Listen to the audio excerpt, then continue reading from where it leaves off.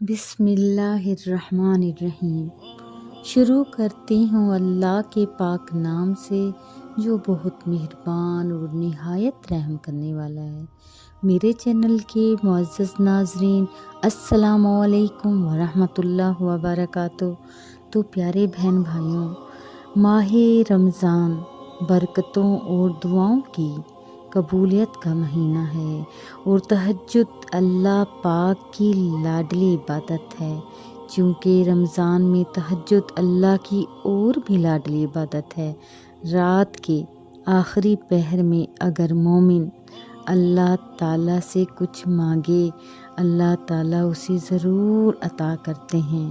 اس کی عطا کے 3 درجے ہیں، کبھی تو وہ فوراً عطا کر دیتا ہے، تو کبھی کوئی مصیبت ہٹا دیتا ہے، کبھی وہ دیر سے عطا کرتا ہے، جیسے اسے بہترین لگتا ہے وہ عطا کرتا جاتا ہے، اور کبھی دعا کا ثواب آخرت کے لیے سنبھال رکھتا ہے۔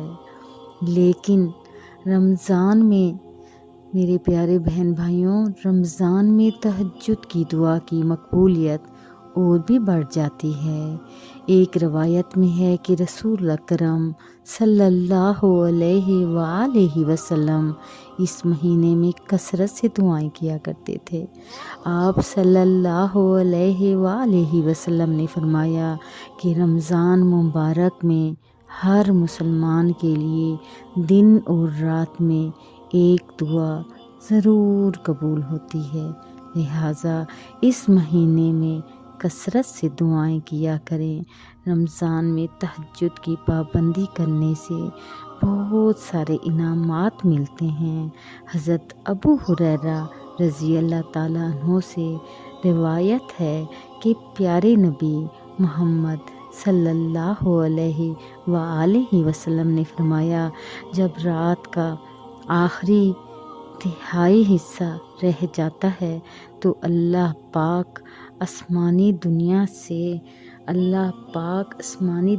سے نزول فرما کر فرماتے ہیں کہ ہے کوئی جو مجھ سے دعا مانگے اور میں اس کی دعا قبول کروں، ہے کوئی جو مجھ سے سوال کرے اور میں اسے عطا کروں، کوئی ہے جو مجھ سے مغفرت چاہے اور میں اس کی مغفرت کر دوں، اس کو معاف فرما دوں۔ رسول اکرم صلی اللہ علیہ وآلہ وسلم نے فرمایا کہ جس گھر میں نماز تہجد ادا کی جاتی ہے وہ گھر آسمان کے فرشتوں کو یوں چمکتا ہوا دکھائی دیتا ہے جس طرح ہمیں زمین سے آسمان پر چمکتے ہوئے تاروں کو دیکھتے ہیں۔ اس گھر سے نور کی برسات ہوتی ہے۔ قرآن میں اللہ پاک فرماتے ہیں، رات کے کچھ حصے میں تہجد پڑھا کرو، قیام کیا کرو، جو تمہارے لیے ایک اضافی عبادت ہے۔ امید ہے کہ تمہارا پروردگار تمہیں مقام محمود تک پہنچائے گا۔ تہجد کا سجدہ باقی تمام سجدوں سے زیادہ پرسکون ہوتا ہے۔ یہ نماز عشق خدا کی مٹھاس بڑھا دیتی ہے۔ جتنا سکون اس نماز میں ہے، اتنا سکون اللہ پاک نے کسی اور چیز میں نہیں رکھا ہے۔ وہ رب العزت انتظار کرتا ہے کہ کب میرا بندہ تھک ہار کر میرے پاس آئے اور میں اس کے دل کو سکون سے بھر دوں، اور زمین کے جس حصے پہ نماز ادا کی جاتی ہے وہ حصہ تمہارا گواہ بن جائے گا۔ ابو سلمہ بن عبد الرحمن کہتے ہیں کہ میں نے حضرت عائشہ رضی اللہ تعالیٰ عنہ سے پوچھا کہ رمضان کے مہینے میں رسول اللہ صلی اللہ علیہ وآلہ وسلم کی نماز کیسی ہوتی ہے؟ تو انہوں نے کہا کہ رسول اللہ صلی اللہ علیہ وآلہ وسلم رمضان یا دوسرے مہینوں میں 11 رکعات سے زیادہ نہیں پڑھتے۔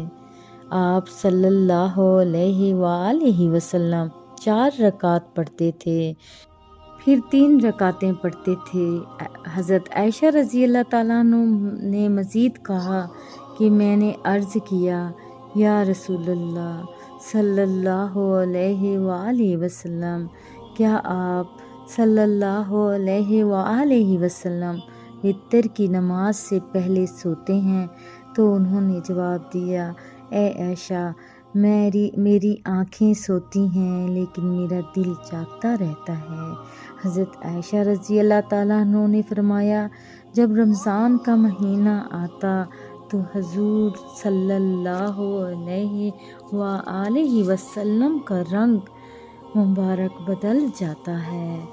نوافل کثرت سے پڑھتے ہیں اور قیام بھی کرتے ہیں کہ جو لوگ خیر و بھلائی چاہتے ہیں وہ تہجد ادا کریں اور اس مہینے میں زیادہ سے زیادہ دعائیں مانگیں۔ حضور صلی اللہ علیہ وآلہ وسلم نے فرمایا کہ ہر کسی کے لیے دعائیں کیا کرو، کیا پتہ کسی کی قسمت تمہاری دعا کا انتظار کر رہی ہو۔ اس کے ایک کن سے تقدیریں بدل جایا کرتی ہیں۔ جب بھی تمہیں کچھ ناممکن لگے پھر بھی اس کی ذات پہ توکل رکھتے ہوئے دعا مانگا کرو، وہ کن ضرور فرمائے گا۔ فرض نمازوں کے بعد تہجد وہ واحد نماز ہے جو اللہ سے کن کہلوانے کی طاقت رکھتی ہے۔ دعائیں تو سب کی قبول ہو جاتی ہیں، پر خاص دعاؤں کی قبولیت کا راز اللہ پاک نے تہجد کے سجدے میں چھپا رکھا ہے۔ تہجد کے سجدے پہ ہر کسی کو رسائی حاصل نہیں ہوتی۔ اس مقام پر صرف وہی لوگ آتے ہیں جن کی دعاؤں کو اللہ پاک نے قبول کرنا ہوتا ہے۔ اللہ کی عطا کے خزانے تو بے شمار ہیں، وہ تو بن مانگے بھی نواز دیتا ہے، پر سجدے کی لذت سے کسی کسی کو آشنا کرتا ہے۔ میرا رب کسی کسی کو آشنا کرتا ہے، اور جب کوئی سجدے میں گر کر اپنا آپ اللہ پاک کو سونپ دیتا ہے تو پھر اللہ پاک اس کے لیے کافی ہو جاتا ہے، اور اس کا کافی ہو جانا جانتے ہو کیا ہوتا ہے؟ تمہاری راہ میں آنے والی رکاوٹوں کی ہر چٹان کو وہ لمحوں میں گرا دیتا ہے، اور تمہارے چاہنے سے پہلے ہی تمہاری چاہ کو تمہارا مقدر بنا دیتا ہے۔ تمہاری دعا کو ہاتھ اٹھنے سے پہلے ہی دعا کو قبول فرما لیتا ہے۔ سبحان اللہ۔ تمہارے دکھ درد تکلیفیں وہ سجدے میں ہی سمیٹ لیتا ہے اور تم پر اپنی رحمت کی چادر چڑھا دیتا ہے۔ وہ فرشتے ہو کر بھی اتنے قریب نہیں ہوتے جتنا ہمارا رب دوران سجدہ ہمارے قریب ہوتا ہے، اور تم رب کے اتنے قریب ہو جاؤ اور وہ تمہیں خالی لٹا دے، ایسا تو ہرگز نہیں ہو سکتا۔ سجدے اور دعائیں تو بعد میں آتی ہیں، خالی صرف سجدے کی نیت کر لینا اللہ پاک کو راضی کر دیتا ہے۔ سبحان اللہ۔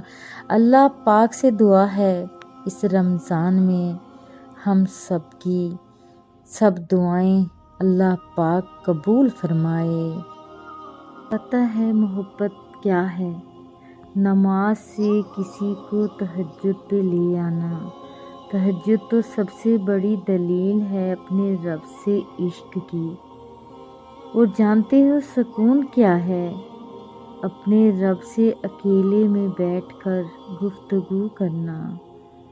کتنی پر اثر ہوتی ہیں وہ شدتیں جو ہمیں تہجد تک کھینچ لاتی ہیں۔ تیرے کن پر یقین ہے اس لیے میری دعا کا سلسلہ قائم ہے ابھی تک۔ تیرے کن پر یقین ہے اس لیے میری دعاؤں کا سلسلہ قائم ہے ابھی تک۔ لوگ لاکھ کہیں یہ ممکن نہیں، لیکن میں نے تہجد سے تقدیریں بدلتی دیکھی ہیں۔ تہجد کے وقت اگر آنکھ کھلے تو سمجھ لو کہ بلاوا آسمان سے آیا ہے۔ جب تمہیں کہیں سے کوئی امید نہیں رہتی تب وہ تمہیں تہجد کی لگن لگا دیتا ہے اور ایک نئی امید سے جوڑ دیتا ہے۔ واقعات، حادثات اور حالات خود پیدا نہیں ہوتے۔